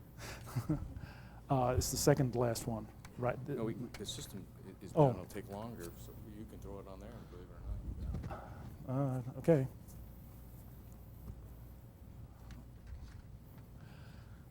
So this is the illustration from Samuel West's book that I wanted to show you about the cell.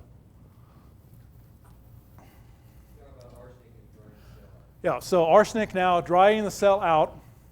And so arsenic is the next element down. And so basically when you ingest arsenic, it opens the doorway of that phosphorus into a one-way out. It dries the cell out.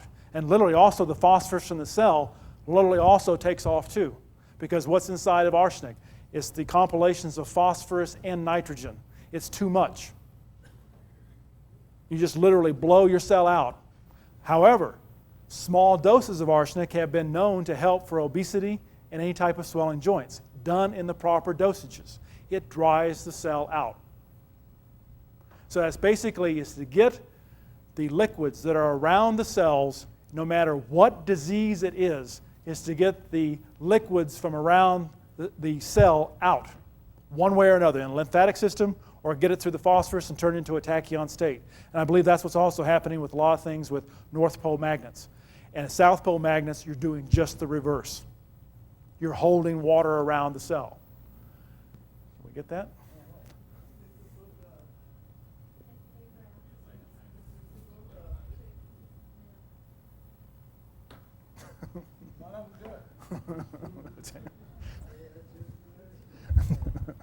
Okay, so now, again, you have this potassium-sodium pump and keeping the cells dry. I don't think we're going to be able, because what Samuel West's book, The Golden 7+1, I highly recommend picking it up. Very, very good book. Oh.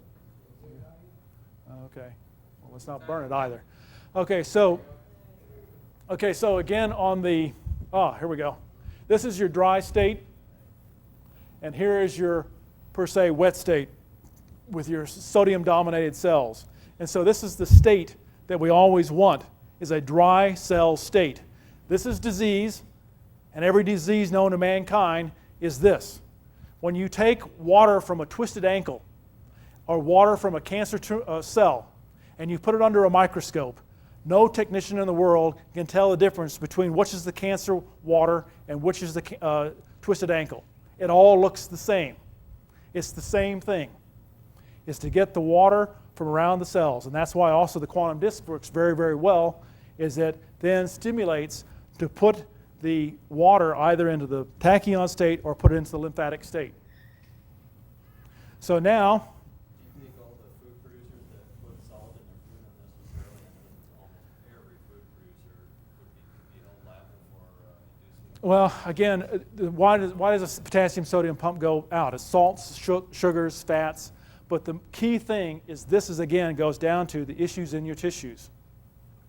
It's emotional issues that's going to really knock off this potassium-sodium pump. And how does it many times get off? Well, that potassium-sodium pump is balanced also by the electromagnetic fields, which are created by the moving liquid. So it's all this cascading type of situation.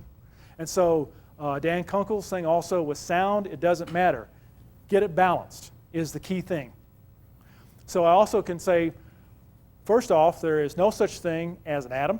There is no such thing as a proton. There's no such thing as an electron. There is also no such thing as the immune system. It doesn't exist. It only exists because our mentality has been brainwashed by military.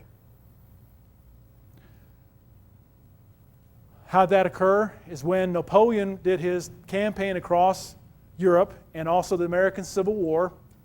Previous to that time, all surgeons were known as Mr. They were not doctor. They were considered no different than a carpenter. But during those wars, they would then start doing crude amputations, and they would then flood the wound with sulfa drugs. And so then the surgeon became the premier doctor. And so how does the surgeon look at our reality? War. Everything is a war. And it has nothing to do with how the cell works. The cell needs to have balance. It's not at war. So, if you think there's an immune system, then go to Dorland's Medical Dictionary. It is considered the top medical dictionary in the world, and Webster's Medical Dictionary, and look up two words, immune and immune system. They aren't there. Immune means to protect, and a system means also the components to make a whole system. That's the contention here, is that there really is no protection per se. There is not a system of protect. When a particular type of element enters the body and there is a chemical reaction to it, that's not a system. So they can say, well, the white cells, and they take off and they do all these things. That's strictly a chemical reaction. When the body has a certain type of chemical enter it, there is a chemical reaction. That's not an immune system. That's a chemical reaction. Again, a system is components of parts. This is a whole visual type of thing. We have components making a whole television system. We don't have that in our bodies. What we have is balance. That is what's needed to keep everything balanced. I wish there were an immune system, but it doesn't exist. And now we can get off the war mentality. That's what it is.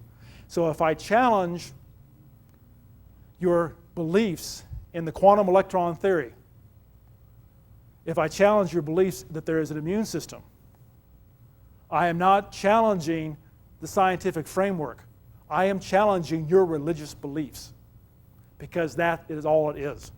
There is no proof that there is any atoms, that there are any electrons. Nobody has ever seen an atom anywhere. It's never been photographed, ever. Sure, IBM has done No, they have never photographed an atom.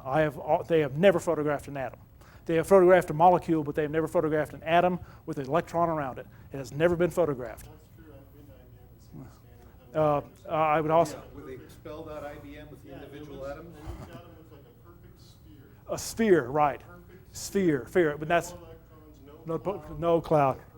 Sphere. So it's a sphere, it's a molecular level, right. There's never been an electron ever photographed. Right. So there's never been an electron ever photographed, or per se the atom as we see it. So I am not challenging your scientific framework, and that's over the next 50 years. We're now going to, hopefully, we're going to have some tug and pull, because there's going to be people that are going to stay into the quantum electron theory and the immune system, and now we're going to have another camp. No, we're light at the molecular level. But I feel that the light area has so much more substantiation, so much more proof than the religious belief of the quantum electron theory and the immune system. And again, it all has to do with logic and simplicity. The rhythms of nature are extremely simple. And they are as simple as they are profound. And the profoundly simple can be very confusing for people who stay in their head only and stay out of their heart. And that's exactly the whole emphasis is in the heart. The thymus gland is one of the most misunderstood glands of the body. We don't know really what it functions. We don't know what it does. What I consider it is, it's the master gland for us to move anywhere we want to. About creating this tunnel, it is for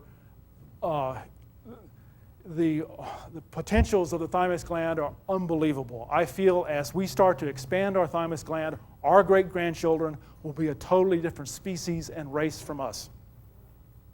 And give you an example right now, and we'll conclude this, and I'll get to your question in just a moment. I started doing yoga when I was 40 years old, and as I started doing the yoga, I had tremendous type of chest pains. And so then I started visualizing and seeing my thymus gland expanding rather than shrinking like it does at the age of 7. All of our thymus glands most times shrink and grow small. Is that expanding? And then my pain went away. I then was at a party in fact, it was when Denver won its first Super Bowl.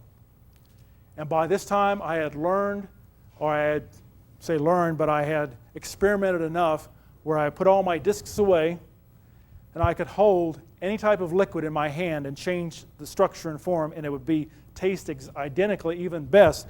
Okay, give me 5 more minutes, I'll finish up here. And so holding the liquid in my hand, I could do the same thing as the disc, and I wasn't wearing the disc.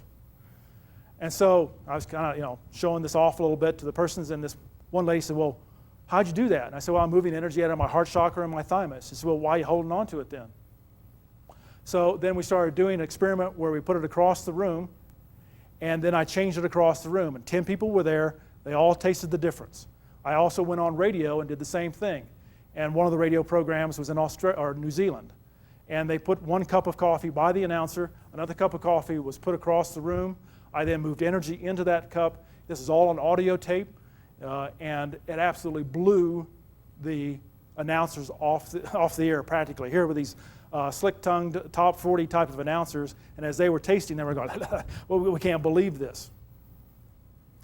As part of the workshop on Thursday, and those workshop members, there are several people here, if you want to go ahead and ask them, we did then some chakra balancing, some toning. We divided up the group, and then one person went and got some liquid and put it in front of the other person. They moved energy from their heart chakra, and we can say probably it was about a 95 to 100% success rate. Everyone changed the taste of the liquid by moving energy out of their heart. We are awesome vehicles, and we haven't even tapped into nearly what we can do. And we all are angels in training. And angel training can be heaven, hell, purgatory. It can be in our head. It can be in our root. But to really have that mastery and to be that angel is in our heart. Thank you.